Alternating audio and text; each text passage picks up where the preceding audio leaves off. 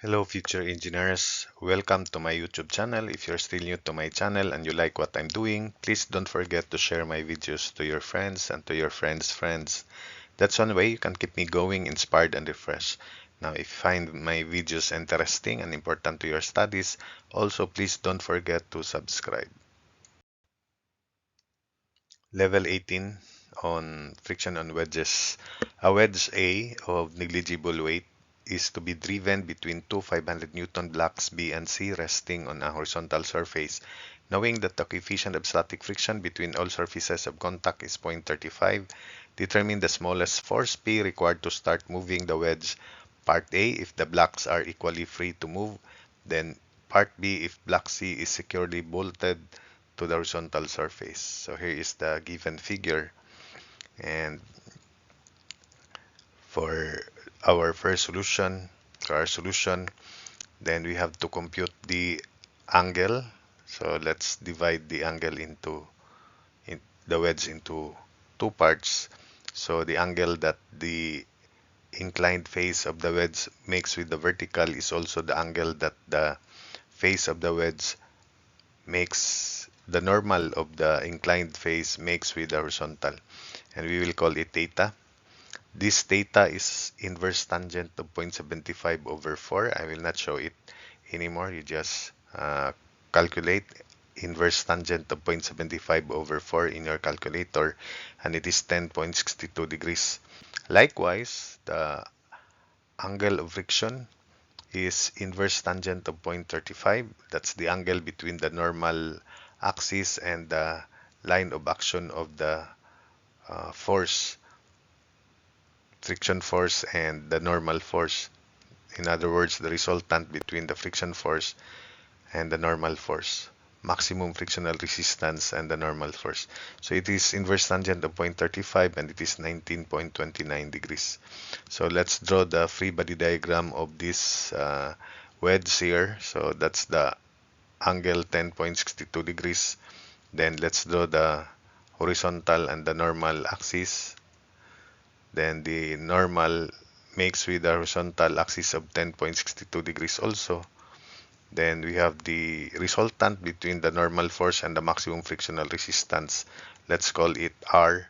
And R makes an angle with the normal of angle of friction 19.29 degrees as shown. So from the figure, summation forces vertical equals 0. Then we have 2 times vertical component of R. So 2 times R sine of quantity 10.62 plus 19.29 degrees is equal to P, or minus P equals 0. Solving for or expressing R in terms of P, R is equal to 1.00273 P. We then draw the free body diagram of the left block or left block B. So the weight is 500 newtons. Then let's transmit R, which makes an angle of 10.62 plus 19.29 degrees. That's 29.91 degrees as shown with horizontal. Then we have the normal reaction on the floor, N1, and friction 0.35 of N1 to the right, opposing this effect of R. So first, let's solve for N1 by summing up forces vertical in this free body diagram. So N1 minus 1.00273 P of sine 29.91 degrees minus 500 equals 0. So N1 is equal to 0.5 of P plus 500. Then we sum up forces horizontal. 0.35 of N1 minus 1.00273 P cosine of 29.91 degrees equals 0. Substituting the value of N1, which is 0.5 P plus 500, so 0.35 of 0.5 P plus 500 minus 1.00273 P cosine of 29.91 degrees, and that's 0.86918 P equals 0. So we can now solve for P. So P is equal to 252.1 newtons. Level 19, determine the smallest vertical force P required to push the wedge between the two identical cylinders, each having a weight of 100 newtons. The coefficient of static friction at all contacting surfaces is mu sub s equals 0.30. So here is the given figure. So we then analyze for our solution the angle that the normal force makes with the horizontal, or normal force, yes, makes with the horizontal is half of 15 degrees, 7.5 degrees. The angle of friction is r tan of zero point 0.3, so that's 16.7 degrees. And for the mode of motion here, impending motion, so there are two possibilities. One is motion is impending at this point of contact with the wedge, and between the cylinder and the inclined surface here, uh, no impending motion. Then the second possibility is there is impending motion on the surface and no impending motion between the contact point of the cylinder and the wedge. So let's consider first the first possibility, that motion is impending between the wedge and the cylinder, and there's no impending motion between the cylinder and the surface. So for the solution, let's have the free body diagram of the cylinder. We have 100. We will just call the frictional force as F1 here, then F2 here, and we will consider later that motion is impending at point 1. So F1 is equal to coefficient of friction 0.3 times the normal, which is N1. So we have 100 newtons, then we have N1, which makes an angle of half of 15 degrees with horizontal, so 7.5 degrees. F1 is the effect of P, so it's down to the right as shown, and it makes an angle with the vertical of 7.5 degrees. Then at the bottom portion, we have N1 and N2 and F2.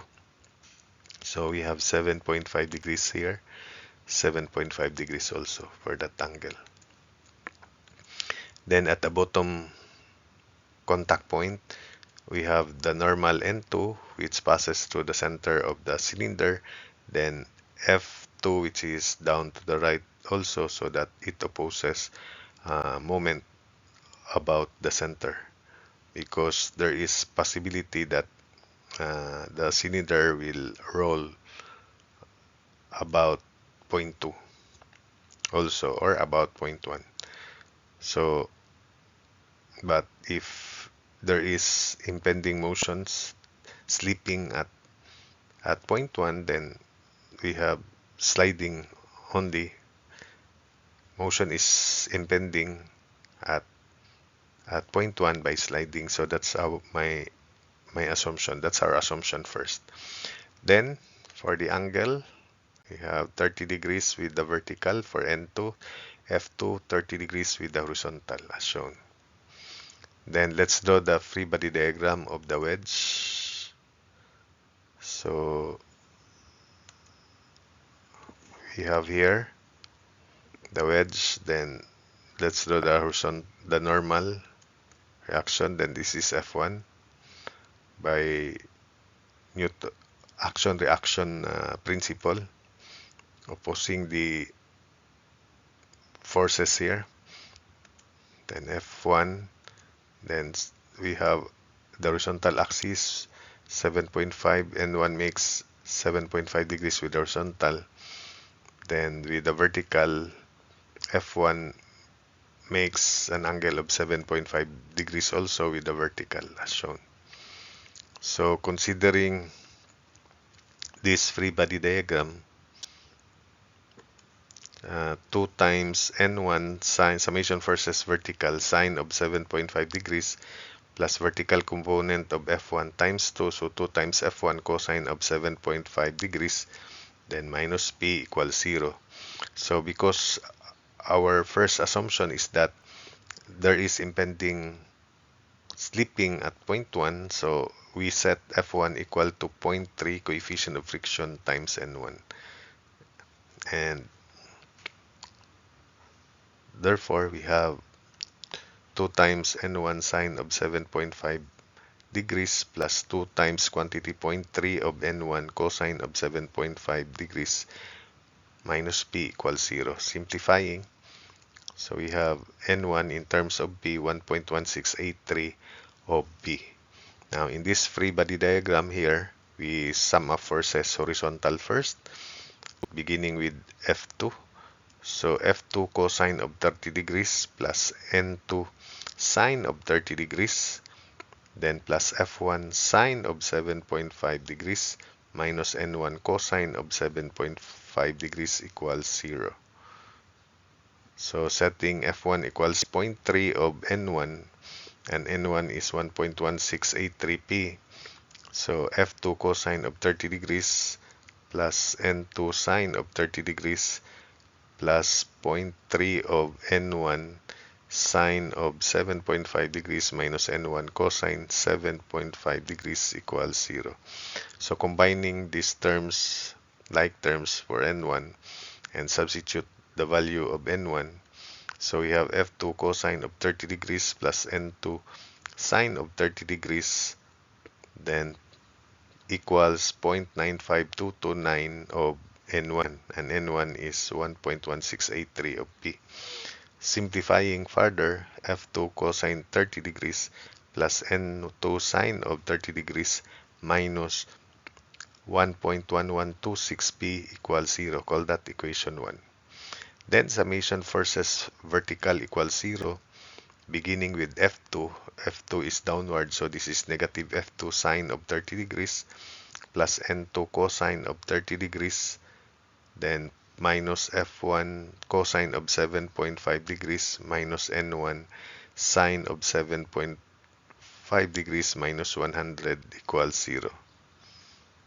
So setting F1 equals 0.3 of N1, negative F2 sine 30 degrees plus N2 cosine 30 degrees minus 0.3 of N1 times cosine of 7.5 degrees minus N1 sine of 7.5 degrees, then equals 100. Substitute combining these two and substitute the value of N1. So negative F2 sine of 30 degrees plus N2 cosine of 30 degrees, then my equals 0.42796 of N1, and N1 is 1.1683p, then plus 500. So transposing this term with in terms of p here to the left, then call it equation 2. Negative F2 sine 30 degrees plus N2 cosine 30 degrees minus 0.5p equals 100. Call that equation 2. Then our last static equation is we sum up moments about the center of the cylinder equals 0. So we have clockwise positive F1 times radius minus F2 times radius equals 0, or F2 times radius minus F1 times radius equals 0. Then we cancel out R. We substitute the value of F1, which is 1.3 of N1. So F2 minus 0.3 of N1, and N1 is 1.1683p equals 0. So simplifying, F2 minus 0.3505p equals 0, call that equation 3. Solving these three equations simultaneously, equations 1, 2, and 3, we get F2 equals 48.27 newtons, N2 equals 222.9 newtons, and P equals 137.7 newtons. So let's check if our assumption is correct. The maximum frictional resistance at point 2 is 0.3 of N2. So F2 max is 0.3 of 222.9, and it is greater than the frictional resistance at 2 required for this cylinder to maintain in equilibrium. So it is F2 max is equal to 66.87 newtons, and it is greater than the frictional resistance required at point 2 for the cylinder to remain in equilibrium. That means our assumption is correct that there is impending motion at point 1, impending slipping at point 1, and there's no uh, impending motion at point 2. So the assumption is correct, therefore we adapt these answers, and the value of P is 137.7 newtons. So P is 137.7 newtons.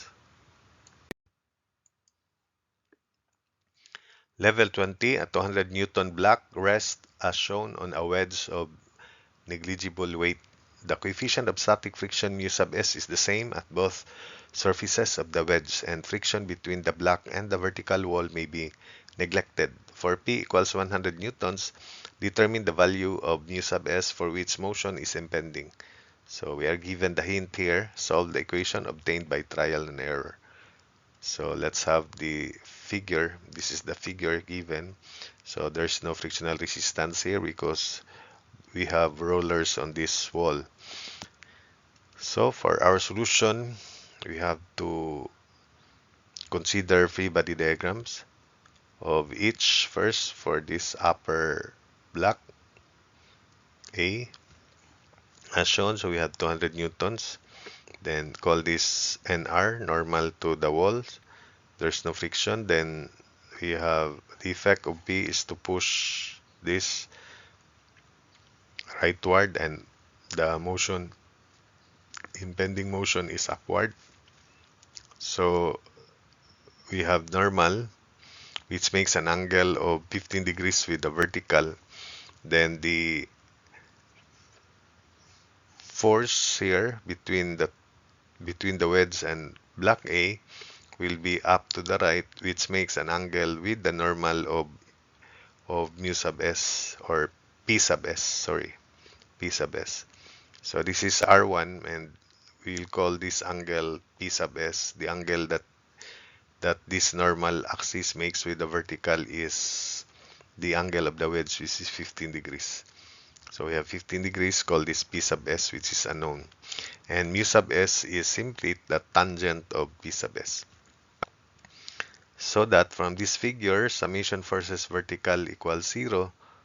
So R1 cosine of quantity P sub s plus 15 degrees equals 200, or minus 200 equals 0, so equals 200. Then we draw the free body diagram of the wedge transmitting R1, and the reaction here is called R2, and it is up to the left to oppose the 100 Newton force P. So we have R1, which makes an angle of P sub s plus 15 degrees with the vertical as shown. Then we have R sub 2, which makes an angle with the normal, or with the vertical, equal to P sub s also. So from the figure, summation forces vertical equals 0. So that means R2 cosine of P sub s equals R1 cosine of quantity P sub s plus 15 degrees. Then because the vertical component of R1, which is R1 from this equation here, R1 cosine of P sub s plus 15 degrees is 200, so we set also the vertical component of R2 cosine P sub s to 200 newtons. Then finally, summation forces horizontal equals 0, so 100 minus R1 sine of P sub s plus 15 degrees minus R2 sine of P sub s equals 0.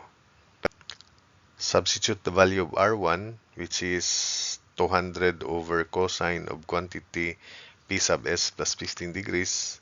So that's R1, then times sine of quantity P sub s plus 15 degrees minus R2, which is equal to 200 over cosine P sub s from this equation here. 200 over cosine P sub s times sine P sub s equals 0. So we note then that sine P sub s plus 15 over cosine P sub s plus 15 is tangent of quantity P sub s plus 15 degrees, while sine P sub s over cosine P sub s is tangent P sub s. So we have 100 equals 200 tangent of quantity P sub s plus 15 degrees plus 200 tangent of P sub s.